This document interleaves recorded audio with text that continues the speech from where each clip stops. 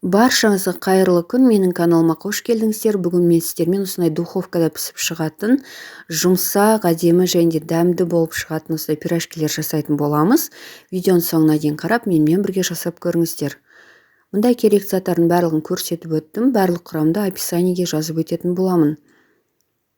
Мұнда ең алдымен таза шұңғыр ыдысымыздың ішіне қант пен тұзды салып, үстінен жылы сүтімізді және де жылы суымызды құятын боламыз. Су, сүт және де ұн міндетті түрде жылы болу керек. Ұндарыңыз салқын жерден кірсе, қамырларыңыз дұрыс ашымай қалуы мүмкін. Сондықтан ұнды алдын ала кіргізіп қою керек жылы бөлмеге. Мұны енді осы массаның үстіне 1,5 қасық майонезді салып, майонездің орнына қаймақ немесе сары май ертіп салып жіберсеңіздер де болады.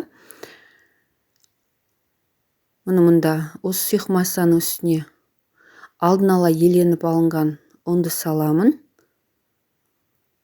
Оның үстіне ашытқыны салып жіберемін. Сол кезде қамырларыңыз жылдамырақ ашитын болады. Мұны дәл осылай илей отырып, орташа жұмсақтықтағы қамырды илеп алатын боламын. Егер де ұндарыңыз жетпей қалса, тағы да қосып жіберсеңіздер болады.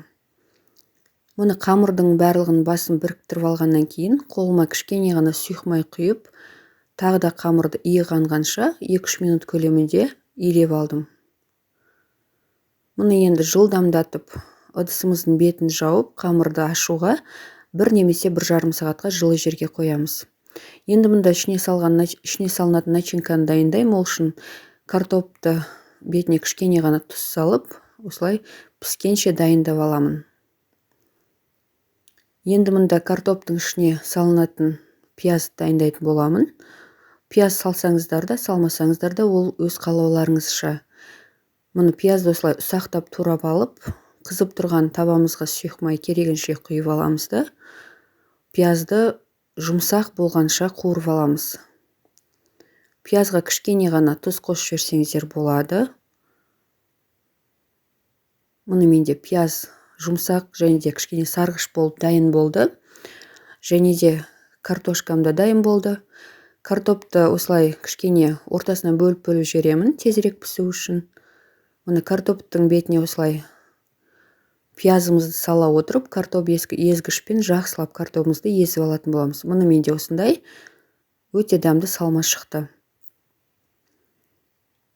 Мұны бір немесе 1,5 сағаттан кейін сіздердің де қамырларыңыз осылай ашиды. Мендегі қамыр 1 сағат көлемінде ашып шықты. Енді осы ашыған қамырды өзімізге керек бөлшектерге бөліп аламыз.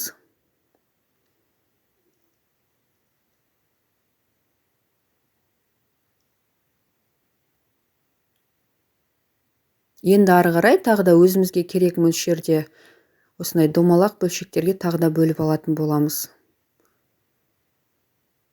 Пирожкилеріңіз үлкен немесе кіші болуы, ол өз қалауларыңызша. Енді бетін орамалмен жауып, шетінен ала отырып, пирожкилерімізді түйетін боламыз. Менде қамыр жұмсақ болғандықтан мен ешқандай да оқтау қолданбадым. Қолымның көмегімен осылай жайып алдым. Қамыр кішкене қолға жабысатын болса, кішкене ғана сұйық май қосып жіберсеңіздер болады, яғни қолдарыңызды сұйық майға кішкене майлап алып, ары қарай түйе берсеңіздер болады. Мұны пирожкиді түйу де ол өз қалауларыңызша, кез келген формада түйіп алсаңыздар болады.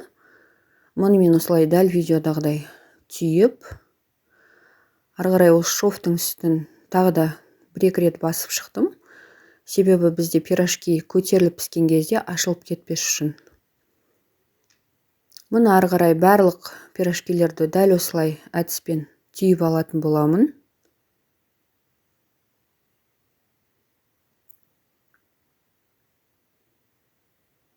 Мұны мен барлығын түйіп, бетін жауып қойдым 15 минутқа көтерілуге. Енді осы пирожкилердің бетіне сүт пен жұмыртқаның сарысы араласқан қоспаны жағып шығатын боламын. Сол кезде пирожкилеріңіз қызарып, әдемі болып пісіп шығады. Енді пирожкилердің бетіне кез келген осындай кунжут немесе мак сеуіп шықсаңыздар болады. Ол өз қалауларыңызша. Мен мұнда кунжут септім. Енді осы пирожкилерді алдын ала қызып тұрған 200 градустағы пеште қызарғанша пісіріп аламын. Міне достар, менде осындай өте әдемі пирожкилер пісіп шықты. Мен пирожкилердің астына пергамент төсеп пісірдім. Сонда пирожкилеріңіз ешқандай да табаларыңызға жабыспайтын болады. Мұны қараңыздаршы, осындай өте дәмді болып шықты. Мен балаларыма ұнады. Күнделікті шайға пісіріп жесеңіздер болады. Мен әрқашан осы рецеппен пісіремін. Сіздерге де рецепт ұнады деген ойдамын. Егер сіздерге рецепт ұнаса, менің каналыма жазылып өтіңіздер. Лайк, комментарий қалдырыңыздар. Егер сұрақтарыңыз болса, комментарийге қалдырыңыздар. Мен міндетті түрде жауап беретін боламын. Назарларыңызға үлкен рахмет.